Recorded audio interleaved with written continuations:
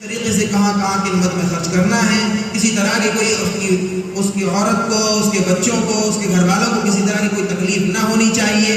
یہ تمام ذمہ داری مرد پر ڈالی ہے شریعت نے. اسی وجہ سے کہا وَلِلذَّكَرِ مِثْلُ حَظِّ الْأُنثَيَيْنِ، مرد کے لیے عورت کے مقابلے میں دو حصے ہیں. عورت پر تو کوئی ذمہ داری نہیں ڈالی، عورت پر یہ ذمہ داری ڈالی ہی نہیں کہ وہ کما کر کے کھلائے، تو اسی لیے اس کو آدھا حصہ ملے گا.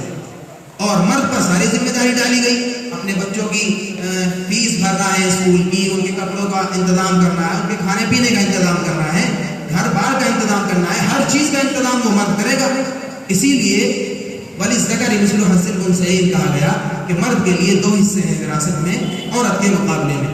پھر دوسری چیز، دوسرا جواب یہ ہے اس کا، جب عورت جو ہے وہ شادی ہونے کے بعد باپ کے وراثت میں تو اس کو ایک حصہ مل گیا ہے، اب وہ رخصت ہو کر کے جاتی ہے، شادی ہوتی ہے، دوسرے گھر سسرال میں جاتی ہے، وہاں بھی اس کو اس کے شوہر کے وراثت میں حصہ ملتا ہے.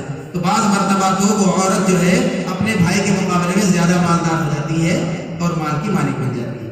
تو یہ بات کی سمجھ میں آ گئی ہوگی وَلِلذَّكَرِ مِثْلُ حَظِّ الْأُنثَيَيْنِ کہ مرد کو عورت کے مقابلے میں دوہرا حصہ دینے کا کیوں حکم ہوا، یہ بات بھی سمجھ میں آ گئی ہوگی.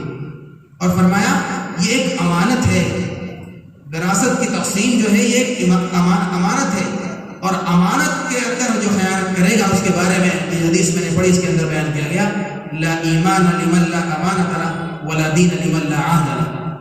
اس شخص کے ایمان کا کوئی اعتبار نہیں ہے جس کے اندر امانت کا پاس و لحاظ نہیں ہے، جو امانت کو امانت داری کے ساتھ ادا نہیں کرتا. اور ولا دین لمن لا عہد له، اور اس شخص کے اسلام کا، دین کا، کوئی مذہب کا کوئی اعتبار نہیں ہے جو شخص اپنے عہد کا پاس و لحاظ نہیں کرتا، اپنے وعدے کو پورا نہیں کرتا، اپنے عہد ایمان کو، عہد و پیمان کو پورا کرنے والا نہیں ہوتا. تو یہ چیزیں ہیں جو شریعت کے اندر بیان کی گئی. ایک اور چیز جس کے اندر جو ہے متبنہ، عام طور پر آج کل یہ بہت رواج چل رہا ہے، کسی کے یہاں بچہ پیدا نہیں ہوتا تو وہ دوسرے کے بچے کو گود لے لیتے ہیں. تو بچے کو گود لے لیتے ہیں، اس کے بعد وہ جوان ہو جاتا ہے، جوان ہونے کے بعد اس کی اسکولنگ ہوتی ہے، تربیت ہوتی ہے، شادی کا موقع آتا ہے. اب یہاں پر دو مسئلے پیدا ہوتے ہیں. اب پوچھتے ہیں وہ آگر کہ اس کی شادی کرنی ہے، اس کی شادی میں اس کے اصل ماں باپ کا نام لکھوائیں ہم یا اپنا لکھوا دیں، ہم نے اسے بچپن سے پالا ہے دودھ پلا کر، اور جائیداد میں کس طرح حصہ ہوگا. تو اس بات کو ذہن میں رکھیے. اس کے اندر یہ کہا گیا کہ شریعت میں متبنہ کی کوئی حیثیت نہیں ہے. آپ گود لیجئے، اس کو پڑھائیے، لکھائیے، ٹھیک ہے، آپ کو اس کا اجر